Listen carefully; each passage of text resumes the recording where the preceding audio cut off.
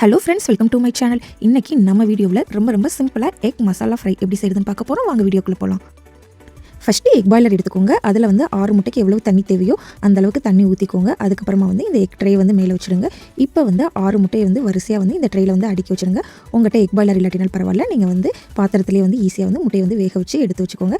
Suppose நீங்கள் egg boiler வச்சுருந்தீங்க அப்படின்னா எப்படி முட்டையை வேக வைக்கணும் அதுக்கான வீடியோ தான் இது. ஸோ இப்போ அவ்வளோதான், நம்ம மூடி போட்டுருங்க. மூடி போட்டு நீங்கள் லைட்டாக ஆன் பண்ணி விட்டால் போதும். ஸோ எக் வேக ஆரம்பிச்சிடும். அவ்வளோதான். இப்போ நம்ம மசாலாக்கு ரெடி பண்ண போகிறோம். ஃபஸ்ட்டு ஒரு பேன் எடுத்துக்கோங்க. அதில் 2 டேபிள் ஸ்பூன் அளவு நீங்கள் எண்ணெய் சேர்த்துக்கோங்க. எண்ணெய் காஞ்சதுக்கப்புறம் 1 டீஸ்பூன் அளவு கடுகு சேர்த்துக்கோங்க. இப்போ எக் பாய்லர் சவுண்டு விட்டுருச்சு, நம்ம ஆஃப் பண்ணிடலாம். இப்போ கடுகு விடிச்சிடும். விடிச்சதுக்கப்புறமா நம்ம 1 டீஸ்பூன் அளவு ஜீரகம் ஆட் பண்ணிக்கலாம். அதுக்கடுத்து 3 பச்சை மிளகாய் இந்த மாதிரி கட் பண்ணி அதையே ஆட் பண்ணிக்கோங்க. இப்போ வெங்காயம் ஆட் பண்ணிக்கோங்க. ஸோ லைட்டாக இந்த மாதிரி மிக்ஸ் பண்ணிடுங்க. ஸோ வெங்காயம் வதங்கணும். இப்போ நம்ம அது வரைக்கும் எக் பாய்லரை போய் பார்க்கலாம். எக் பாய்லரில் ஆல்ரெடி முட்டை குக் ஆகிடுச்சு. இப்போ மூடி ஓப்பன் பண்ணிடுங்க. கொஞ்சம் ஹீட்டாக இருக்கும், பட் நீங்கள் ஆற வச்சுட்டு கூட எடுத்துக்கலாம். இப்போ நம்ம மசாலா ரெடி பண்ணுறதுனால முட்டையை நான் எடுக்கிறேன். இப்போ எடுத்து கொஞ்சம் நேரம் நல்ல சில் தண்ணியில் கொஞ்சம் நேரம் வச்சுட்டு நீங்கள் முட்டையோட ஓடு எல்லாமே நீங்கள் இந்த மாதிரி எடுத்து வச்சுருங்க. சூப்பராக முட்டை குக் ஆகிருக்கும்.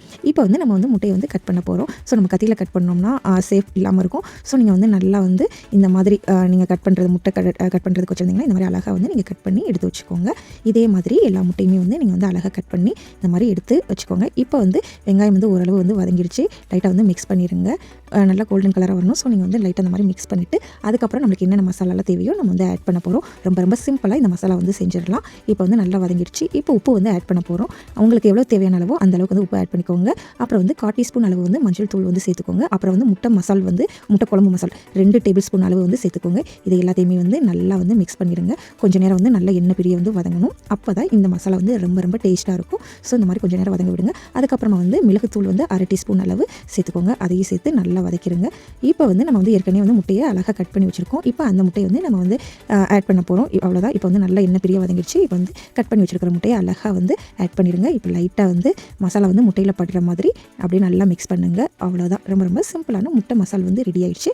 பட் இன்னும் நம்ம நல்லெண்ணெய் சேர்க்கணும். நல்லெண்ணெய் சேர்த்திங்கன்னா ரொம்ப ஃப்ளேவராக இருக்கும். ஸோ அதனால் 1 டீஸ்பூன் அளவு நீங்கள் நல்லெண்ணெய் ஆட் பண்ணிக்கோங்க.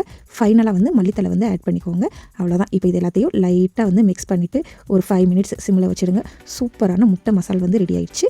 உங்களுக்கு என்னோட வீடியோ பிடிச்சிருந்துச்சுன்னா மறக்காமல் நம்ம சேனலை சப்ஸ்கிரைப் பண்ணிடுங்க. அப்புறம் உங்கள் ஃப்ரெண்ட்ஸ்க்கு ஷேர் பண்ண மறந்துடாதீங்க. உங்களுக்கு இந்த வீடியோ பிடிச்சிருந்துச்சுன்னா ஒரு லைக் பண்ணிடுங்க. Okay, by. நெக்ஸ்ட் வீடியோவில் பார்க்கலாம்.